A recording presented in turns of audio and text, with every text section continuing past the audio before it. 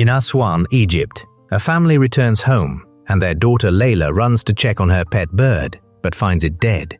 Shocked, her parents Magician and Khalil go down to a hidden cellar under a black pyramid. There they examine a strange stone coffin, so heavy that Khalil needs a machine to open it. Inside, they find a mummy. When Magician leans closer to check if it's still asleep, the mummy twitches and the candle goes out. They quickly light it again, thinking it's still dormant, but the mummy suddenly breaks free. Then a dark force kills Khalil instantly, and the coffin lid slams shut, trapping the mummy again. Seconds later, loud banging starts coming from inside the coffin. In Cairo, Charlie and his pregnant wife Larissa hear their kids shouting and rush outside. They find them fighting and immediately separate them, and found out Sebastian threw Katie's doll off the balcony and broke it. Since Larissa leaves for work, Charlie uses tape to fix the doll. But Katie is still upset because Sebastian isn't punished. After arguing with her father, she walks away and goes to play alone in the garden. While playing, she suddenly notices someone standing behind the fence. She first thinks it's her friend Layla, but the woman says she is Layla's mother, Magician. Then she does a small flower trick and offers Katie her favorite candy. Feeling uneasy, Katie says she should go back home, but the Magician stops her and tells her, "Take this apple, it's the sweetest fruit from her garden, even sweeter than candy." Meanwhile, Charlie is on call, happily telling his wife that he just got a job in the USA. While talking, he notices Katie's dollhouse and opens it, finding it filled with candy wrappers. He asks Larissa if she has been giving Katie a lot of candy, but she says no. Confused, Charlie ends the call and asks Sebastian where the wrappers came from. Sebastian reveals that Katie has a mysterious friend who often visits her in the garden. As Katie takes the apple, Magician apologizes and whispers a spell. The apple cracks open and a bug crawls out and goes into Katie's mouth, causing her to choke and fall unconscious. Moments later, Charlie comes into the garden and sees Katie is missing. He notices a hole in the fence and realizes something is wrong. Panicking, he runs outside and asks neighbors if they have seen his daughter. Just then, an alarm warns that a sandstorm is coming.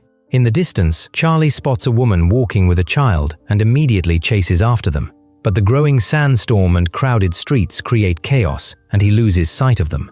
After that, Charlie and Larissa rush to the police station and report Katie missing to Detective Dalia Zaki. They hand over the candy wrappers as potential clues.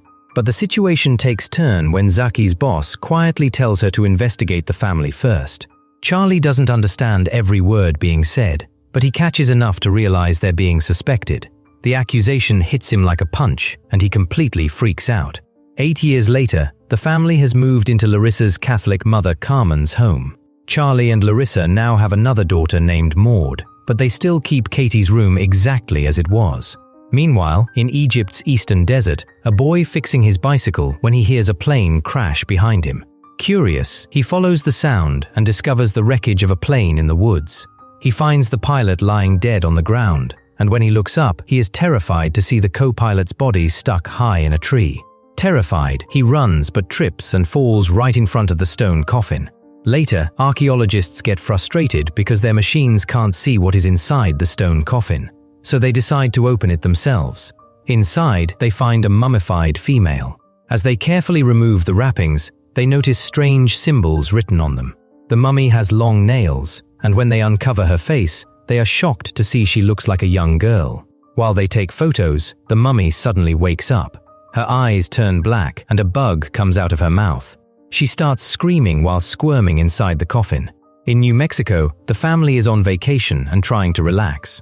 Suddenly, Charlie and Larissa get a call from the US Embassy in Egypt saying that Katie has been found alive.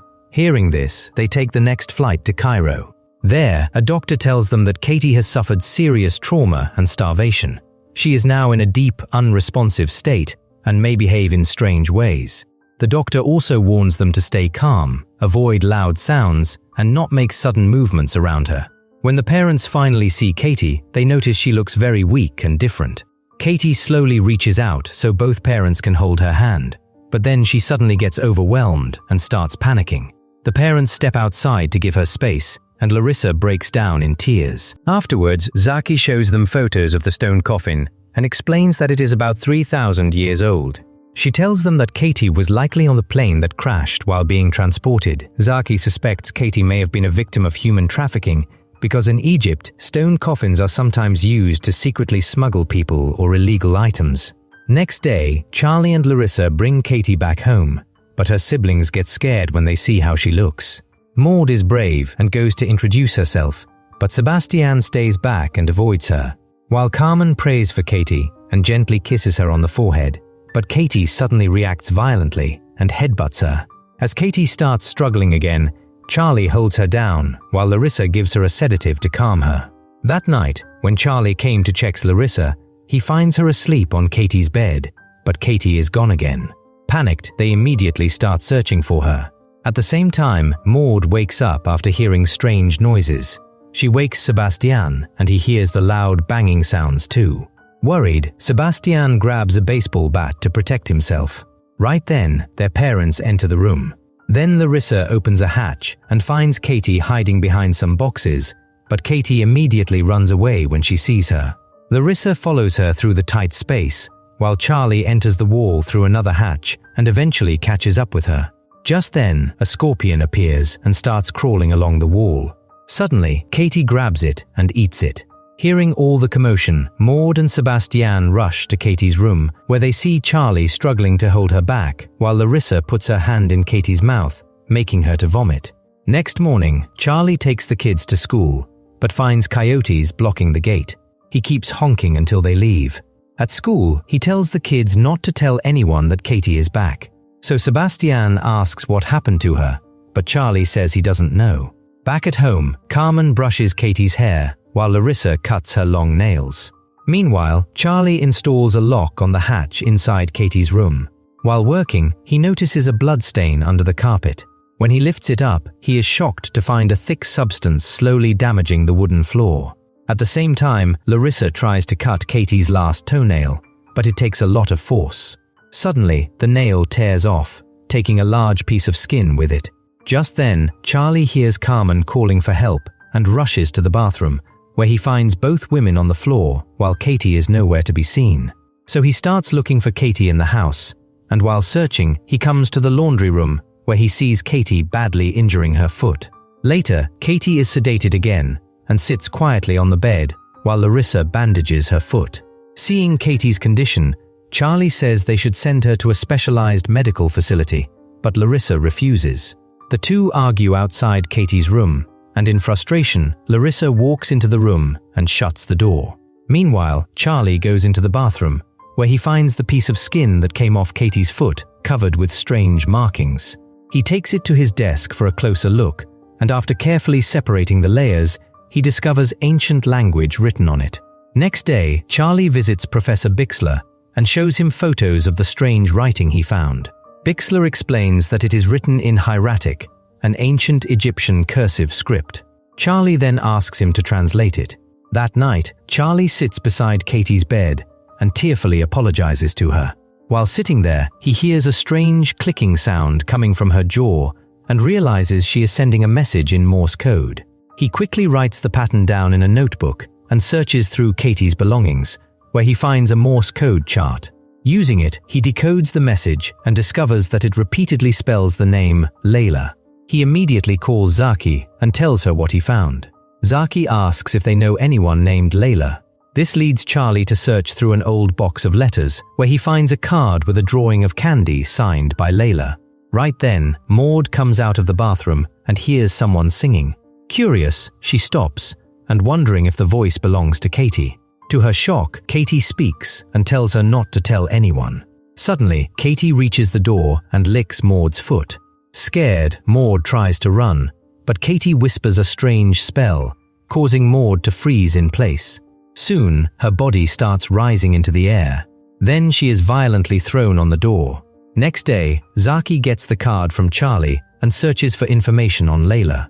She finds several people with that name, so she asks her co-worker for help, who tells her the card was mailed from a desert post office near Aswan. The only nearby location is an apple farm. So Zaki rechecks Katie's missing person report, and while looking at a photo in it, her eyes fall on apple. Meanwhile, Charlie visits Bixler again, who confirms that the text is hieratic script from ceremonial wrappings. The word Nazmaranian appears many times, so Bixler plays a lecture tape about demonology. It explains that Nazmaranian is an ancient demon that destroys families. The only way to stop it is through the words written on the ceremonial wrappings, which are used to bind and trap the demon inside the possessed person.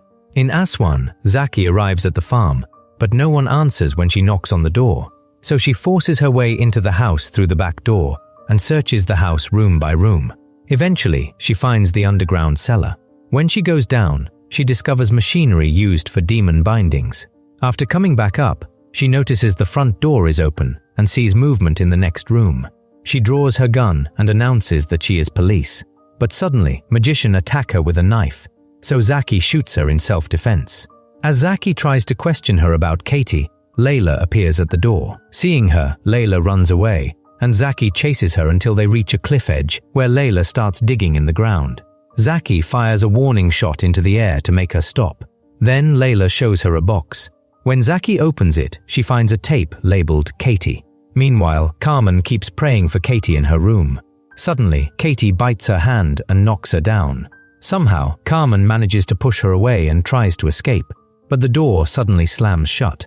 Katie attacks her again and knocks her down. Desperate, Carmen starts praying once more, but Katie only laughs. Then she uses the rosary to choke Carmen and tells her that it's fun to be dead.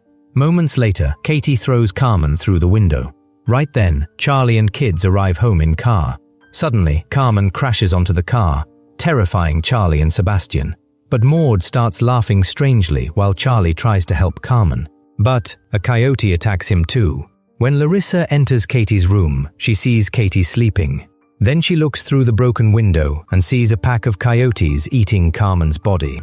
At the police station, Zaki plays the tape and hears magician talking, saying that an innocent child is the best choice because the body lasts longer, but any human can be used. Confused, Zaki asks Layla what the tape means.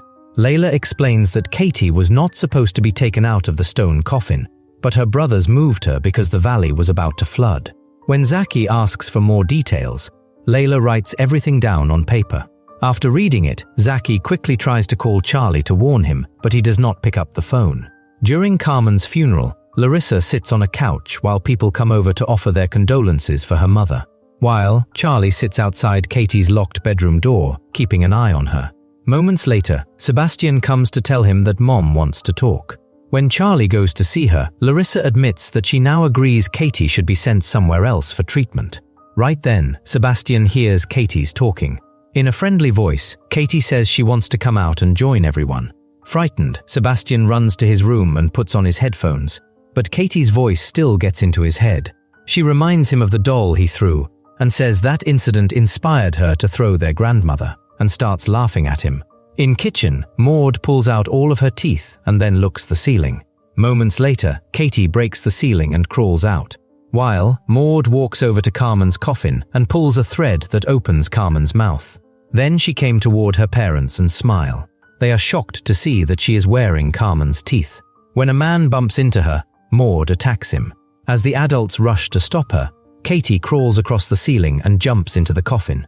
Larissa notices the coffin moving and runs over, but the stand holding it collapses. The coffin crashes to the floor, and Maud immediately returns to normal, while Katie remains focused on Carmen's blood and continues licking it. After that, Katie is tied to a wheelchair while Charlie keeps watch over her. Even then, strange things continue happening. Sebastian repeatedly bangs his head against the bed, and while Larissa packs their belongings, Maud calls her a bad mother. At the same time, Katie's wheelchair suddenly starts floating in the air, and Charlie sees it happen. Just then, the doorbell rings. Larissa opens the door and finds Zaki, who has brought the tape. They play it, and Zaki translates as magician explains that every method used to trap the demon fails, which is why a new ritual is needed. Layla's cursed family has carried out 82 mummification rituals over the years to pass the demon from one person to another. In the video, Katie is held above a stone coffin while magician chants a spell, and the previous mummy spits a black liquid into her mouth. Afterward, Katie is wrapped in magical linen and sealed inside the coffin. Zaki explains that the demon was supposed to remain buried forever, but now it has escaped and is free once again. Meanwhile, Katie uses her powers to manipulate Sebastian into helping her. He opens the hatch and enters her room. where Katie continues undergoing a disturbing physical transformation. As the video ends, Larissa and Zaki rush to Katie's room and try to force the bedroom door open. Downstairs, Charlie is still sitting in shock. Suddenly, he hears a noise and turns around, stunned to see Carmen eating food. She says something inappropriate, but Charlie suddenly hears Larissa screaming for help. So he rushes upstairs, where Larissa and Zaki are struggling to open Katie's door.